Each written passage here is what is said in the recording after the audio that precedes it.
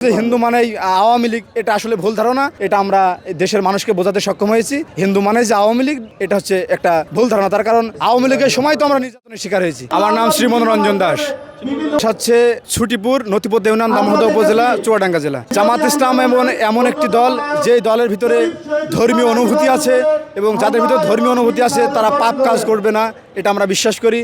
এবং এদের মধ্যে দুর্নীতির কোনো ছোঁয়া নেই, যার কারণে দুর্নীতিমুক্ত যদি দেশ গড়া যায় তাহলে এই দেশের মানুষ সুখে শান্তিতে বসবাস করবে। এই দুর্নীতিটার কারণেই দুর্নীতিটা বাংলাদেশ জামাত ইসলামী চিরতরে বিদায় করতে চায়, যার কারণে ব্যক্তিগতভাবে জামাত ইসলামকে ভালো লাগে।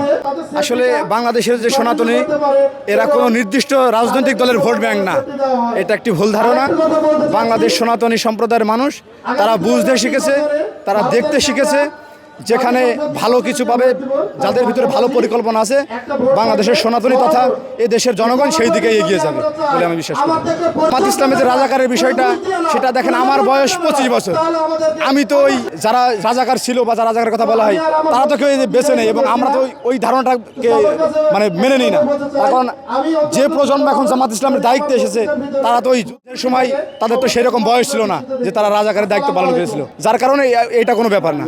তার কারণ এখন তাদের ভিতরে কোন চিন্তা চেতনাটা বিরাজ করছে, এটা হচ্ছে বড় বিষয়।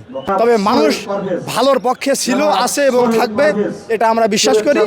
তবে ওই যে আগে যে ট্যাগ ধরতে, যে হিন্দু মানেই আওয়ামী লীগ, এটা আসলে ভুল ধারণা। এটা আমরা দেশের মানুষকে বোঝাতে সক্ষম হয়েছি।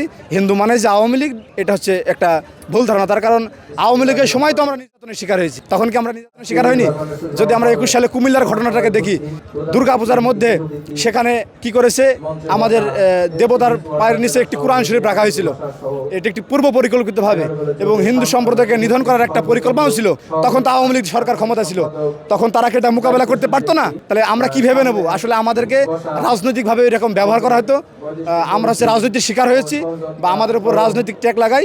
আসলে বিষয়টা এমন না, আমরা কোনো রাজনৈতিক দলের ভোট ব্যাংক নয়।